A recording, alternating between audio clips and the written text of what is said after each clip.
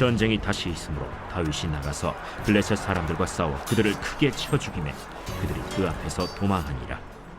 사울이 손에 단창을 가지고 그의 집에 앉았을 때 여호와께서 부르시는 악령이 사울에게 접하였으므로 다윗이 손으로 수금을 탈 때 사울이 단창으로 다윗을 벽에 박으려 하였으나 그는 사울의 앞을 피하고 사울의 창은 벽에 박힌지라. 다윗이 그 밤에 도피하매 사울이 전령들을 다윗의 집에 보내어 그를 지키다가 아침에 그를 죽이게 하려 한지라. 다윗의 아내 미갈이 다윗에게 말하여 이르되 당신이 이 밤에 당신의 생명을 구하지 아니하면 내일에는 죽임을 당하리라. 미갈이 다윗을 창에서 달아내리고 그가 피하여 도망하니라. 미갈이 우상을 가져다가 침상에 누이고 염소털로 엮은 것을 그 머리에 씌우고 의복으로 그것을 덮었더니 사울이 전령들을 보내어 다윗을 잡으려 하매 미갈이 이르되 그가 병들었느니라. 사울이 또 전령들을 보내어 다윗을 보라 하며 이르되 그를 침상째 내게 들고 오라. 내가 그를 죽이리라. 전령들이 들어가 본즉 침상에는 우상이 있고 염소털로 엮은 것이 그 머리에 있었더라. 사울이 미갈에게 이르되 너는 어찌하여 이처럼 나를 속여 내 대적을 놓아 피하게 하였느냐? 그가 내게 이르기를 나를 놓아 가게 하라. 어찌하여 나로 너를 죽이게 하겠느냐 하더이다. 안녕하세요. 오늘도 따뜻한 말씀밥과 함께 시작하는 좋은 아침입니다. 요나단의 도움으로 다시 궁에 복귀한 다윗은 다시 일어나게 된 블레셋과의 전쟁에서 승리하게 됩니다. 이에 질투와 증오 가운데 있었던 사울에게 악령이 역사하고 수금을 타고 있었던 다윗을 향해 사울은 창을 던져 다윗을 죽이려 합니다. 다윗은 이에 창을 피하고 그대로 집으로 도망갑니다. 사울은 이번 기회에 완전히 다윗을 제거할 계획을 가지고 전령을 다윗의 집으로 보내어 그를 죽이려 합니다. 그러나 처음에는 그 미갈의 눈을 피해서 다음날 아침 조용히 다윗을 잡아 죽이려 하였지만 미갈은 이 사실을 알게 되어 밤에 다윗을 창문을 통해 내려보내 탈출시키는 일을 돕게 됩니다.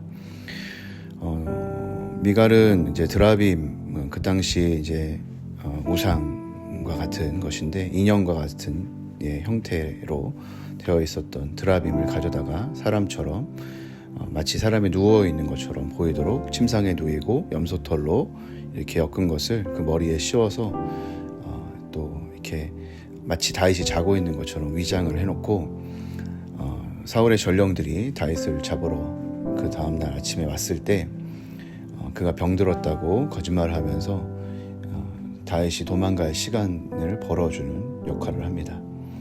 결국 이 거짓말은 들키게 되고 사울은 분노합니다.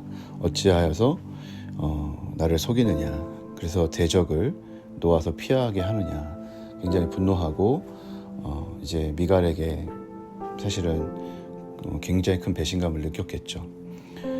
그러나 이제 또 미갈이 또 한 번의 거짓말을 하는데 다윗이 나를 놓아서 가게 하지 않으면 자신을 죽이려 했기 때문에 어쩔 수 없었다, 이렇게 협박받았다고 이제 거짓말을 하는 거죠. 미갈이 이제 왜 이런 거짓말을 했을까 이제 여러 사람들이 생각할 수 있는데 제가 생각하기에 이것은 이제 그렇게 해야만 사울이 그 미갈을 죽여야만 하는 어떤 대의적 명분이 거기에 있었기 때문에 그렇게 되지 않도록 이제 거짓말을 했을 것이다, 이렇게 생각이 듭니다. 여튼 오늘 본문 내용도 읽어보시면 전체적으로 어제와 같은 사실 맥락에 있습니다. 하나님께서 요나단을 통해서 다윗을 보호했던 것처럼 이제 미갈을 통해서 이 다윗을 계속 보호해 가시는 장면을 우리에게 보여주고 있는 거죠. 그리고 그 보호하심의 방법도 비슷합니다. 사울의 가족이었던 이제 어제는 그 아들 요나단이 다윗을 사랑하고 좋아해서 다윗을 보호해줬다면 이제는 그 딸이었던 미갈이 또 다윗을 도망가도록 도와주는 장면이죠. 그리고 심지어 그들은 다 다윗을 위해서 위험을 감수하면서 이 일들을 합니다. 뭐 좀 큰 문맥에서는 이런 당연히 이제 하나님께서 자기의 백성을 도우신다는 것을 여러 가지 방식을 통해 이제 일하신다는 것을 우리에게 보여주고 있는 그런 큰 문맥이 있고, 그러면서도 이제 오늘 좀 더 좁혀서 우리가 오늘 본문 가운데 어떤 교훈을 찾아볼 수 있을까 좀 생각해 본다면, 이 사울의 어떤 어리석은 모습을 우리가 여기서 좀 볼 수 있다는 생각을 하게 됩니다. 오늘 본문에 보면 8절에 다윗이 이스라엘의 대적을 이제 물리치고 또 그래서 대적이었던 그 블레셋이 이렇게 도망가게 되는데, 사실은 그 다음에 그 사울이 이 소식을 듣고 질투함으로 사울은 오히려 다윗을 대적하고 다윗을 도망가게 하거든요. 이 히브리어 동사가 똑같습니다. 그래서 다윗은 이스라엘의 대적인 오히려 사울을 위해서 블레셋을 도망시키는데, 사울은 이스라엘을 위해서 일하는 다윗을 대적하는, 그러니까 사실은 이스라엘의 왕이 할 수 없는 일을 하고 있는 것이죠. 그러니까 사실 자신의 편 그리고 자신의 가족이라고 생각해야 되는데 오히려 그런 사람을 대적으로 여기는 그런 어리석음에 처해 있는 이 사울의 모습을 보는 거죠. 사실은 그 요나단의 도움을 받고 이 미갈의 도움을 받는 이 장면을 통해서 드러내고자 하는 그 사울의 어리석음이라고 하는 것은, 사실은 다윗은 사울에게 있어서 어떤 존재냐면 가장 사랑받아야만 하는 신하, 어떻게 보면 가족처럼 품어줘야 할 정말 충성스러운 신하, 그리고 자신의 아내의, 그러니까 며느리의, 딸의 그 남편, 그러니까 사위라고 생각해야 되는 거잖아요. 근데 이런 가족으로 충분히 맞아들여야 마땅한 사람을 오히려 대적으로 여기고 있는 이 사울의 어리석은 모습, 이거를 우리가 볼 수 있는 거죠. 그리고 이 질투와 미움의 마음 가운데 역사하는 그 악령, 이런 것들을 통해서 이제 우리가 어떤 어리석은 모습을 피해야 하는지를 교훈한다라고 말할 수 있습니다. 어쩌면 우리도 사실은 사랑해야 될 사람을 오히려 미워하고 질투할 수도 있는 거죠.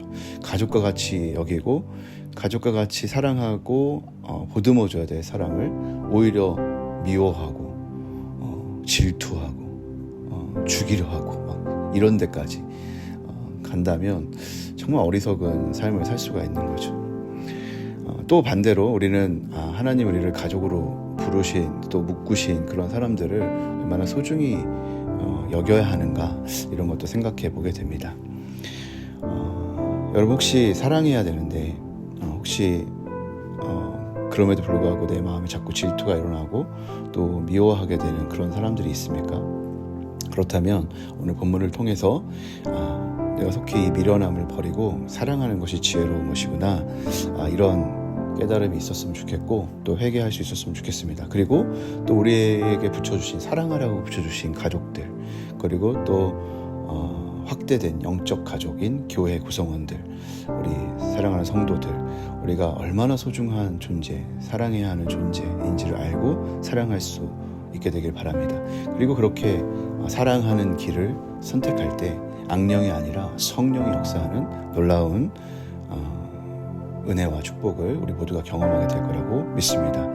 여러분, 성령을 따라 오늘도 하나님 주시는 놀라운 일들 경험하며 살아가시기를 주님의 이름으로 축복합니다.